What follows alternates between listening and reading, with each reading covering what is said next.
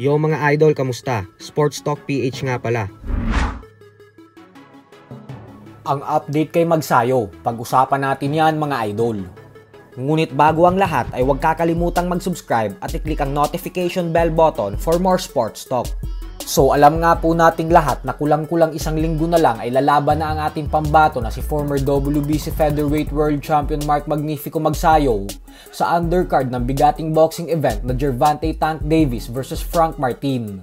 Dito ay makakasagupan ni Magnifico ang Mexicanong former WBA interim featherweight champion na si Eduardo Ramirez.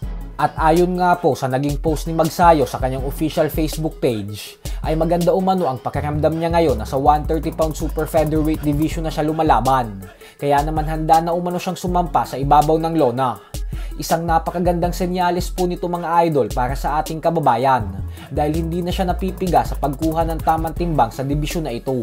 Hindi katulad sa huling laban niya sa featherweight division kontra kay Brandon Figueroa kung saan nahirapan na talaga siya sa pagkuha ng tamang timbang.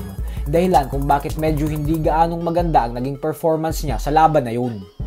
Subalit magmula nga po nang umakyat ito sa 130-pound super featherweight division ay mas gumanda na talaga ang kondisyon nito.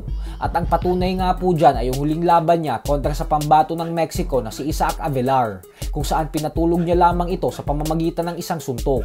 Kaya naman maliwanag po na dalang-dala pa din ni Magsayo ang lakas ng kamao niya sa dibisyon na ito. Suportahan po natin si Magsayo sa laban niya sa June 15 kontra kay Eduardo Ramirez dahil napaka-importante po ng laban na ito para sa kanya. Pag nanalo po kasi siya dito, ay isang hakbang po ito papalapit sa isang world title fight. At syempre pagkakataon na po yun maging isang ganap na world champion ulit siya. Sa kabilang banda naman mga idol ay nitong nakalipas na linggo nga lamang po ay opisyal lang inanunsyo na kasado na ang bigating world title fight sa pagitan ng former welterweight king Errol Spence Jr. at ng current unified WBC and WBO junior middleweight world champion Sebastian Fundora kung saan nakatakdang ganapin ang kanilang bakbakan sa buwan ng October ngayong taon. Subalit bagamat nga po nagpapakita ng katapangan si Spence nang dahil sa paglaban niya sa higanteng si Fundora sa mas mabigat na dibisyon, ay hindi nga po ito nakikita ng ibang mga boxing analyst bilang kahanga-hangang gawain at bagkus nakikita nila ito bilang isang katangahan na desisyon para kay Spence. Ayon po kasi sa mga boxing experts ay mukhang hindi na daw natuto si Spence sa pagdurog sa kanya ni Terence Crawford. Lagi daw kasing nagmamadali si Spence na makabalik sa tuktok ng boxing sa kabila ng mahigit isang taon na itong hindi lumalaban. Noong naaksidente daw kasi ito ay makalipas ang isang taon na hindi pagiging aktibo ay agad itong lumaban sa bigating fighter na si Danny Garcia. At nang ma-injured naman umano ang mata nito ay bumalik ito makalipas ang isang taon para lumaban agad kay Yordenis Ugas. At ngayon naman umano na nanggagaling ito sa isang masaklap na pagkatalo kontra kay Terence Crawford ay agad na naman umano itong dediretso kay Fundora.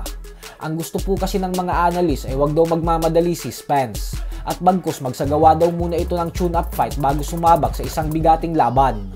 Kung nakaligtas daw kasi ito kay Ugas at Danny Garcia ay malabo na umano itong makalusot sa mga fighters na katulad kila Fundora.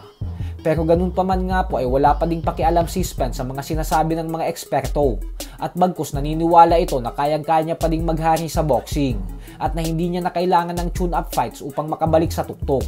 So hanggang dito na lang po muna tayo mga idol.